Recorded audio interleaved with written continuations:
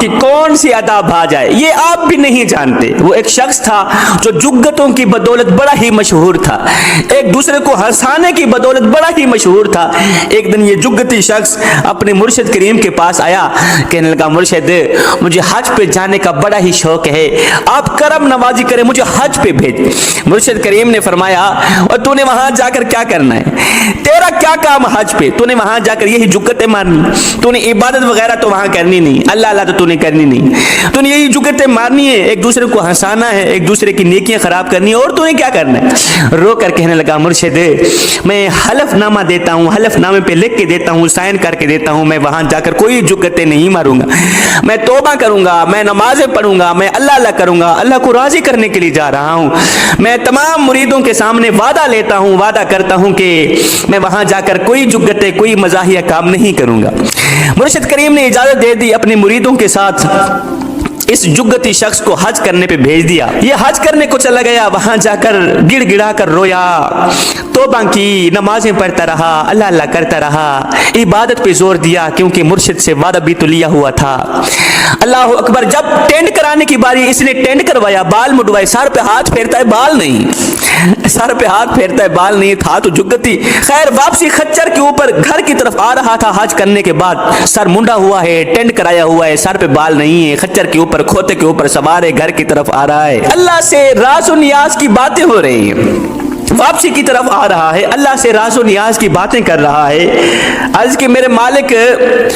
میرے محلے میں، میرے علاقے میں اگر کوئی چور چوری کر لے، کوئی چور پکڑا جائے تو ہم لوگ کیا کرتے ہیں، اس چور کو کھوتے کے اوپر بٹھاتے ہیں، اس کا ٹینڈ کر دیتے ہیں، بال مونڈ دیتے ہیں، اس کا سر مونڈ کے اس کو کھوتے کے اوپر بٹھا کے گلیاں پھراتے ہیں کہ دیکھنے والا دیکھے، لوگوں کو پتہ چلے کہ یہ ہے وہ چور۔ مالک ہن ٹینڈ بھی کرا لیے، گنجا بھی ہو گیا، بال بھی مڈوا لیے، تو کھوتے تے بھی بیٹھ گیا، اجے بھی بخشش نہ ہوئی، پھر گلتے نہ بنی نا۔ او میرے کریم رب، میں نے بال بھی مڈوا لیے، گنجا بھی ہو گیا، کھچر تے بھی بیٹھ گیا، اجے بھی بخشش نہ ہوئی، ابھی بھی تو نے میری بخشش نہیں کی تو پھر مزہ تو نہیں آیا نا۔ آئے دور میں بیٹھا اللہ کا ایک ولی دیکھ رہا تھا،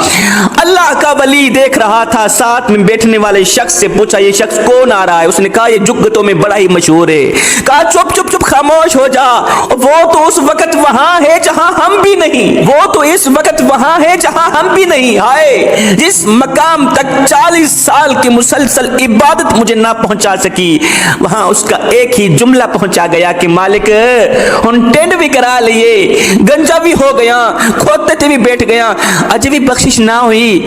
پھر گلتے نہ بنی نا۔ اللہ کے ولی نے ساتھ میں بیٹھے ہوئے شخص سے کہا خاموش ہو جا، وہ اس وقت وہاں ہے جہاں ہم بھی نہیں، میں دیکھ رہا ہوں، وہ اللہ سے مانگتا چلا جا رہا ہے، اللہ اسے دیتا چلا جا رہا ہے، وہ اللہ سے بخشش مانگ رہا ہے، اللہ اسے بخش رہا ہے۔ جوانو، اللہ تعالیٰ کو آپ کی کب اور کون سی عطا بھا جائے یہ آپ بھی نہیں جانتے، اس لیے ہر وقت ہر گھڑی اس سے مانگے، اپنی زبان سے، اپنے انداز سے، کیونکہ وہ سب زبانیں سمجھتا ہے، وہ سب انداز سمجھتا ہے، وہ سب زبانیں جانتا ہے، وہ سب انداز جانتا ہے۔ حضرت سیدنا علی شر مرتضی شیر خدا کرم اللہ وجہ الکریم نے فرمایا تھا،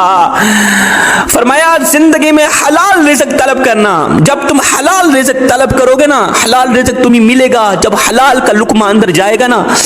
پھر توبہ کرنے کا ایک الگ سا شوق پیدا ہوگا، مانگنے کا سلیقہ بھی تمہارے اندر آ جائے گا، پھر اس انداز سے اللہ سے مانگو گے، پھر تعریف تو جہاں رہ گئی، پھر تعریف تو جہاں رہ گئی، رب کے سامنے شکوہ بھی کرو گے تو تمہاری بخشش کا ذریعہ بن جائے گا، پھر رب کی تعریف تو جہاں رہ گئی، رب کا شکوہ بھی کرو گے، اس انداز سے احسن سلیقے سے اللہ کا شکوہ بھی کرو گے تو اللہ اپنے شکوے کے ذریعے بھی تمہاری بخشش کر دے گا، جس طرح ایک شکوہ اس جگتی نوجوان کی بخشش کا ذریعہ بنا۔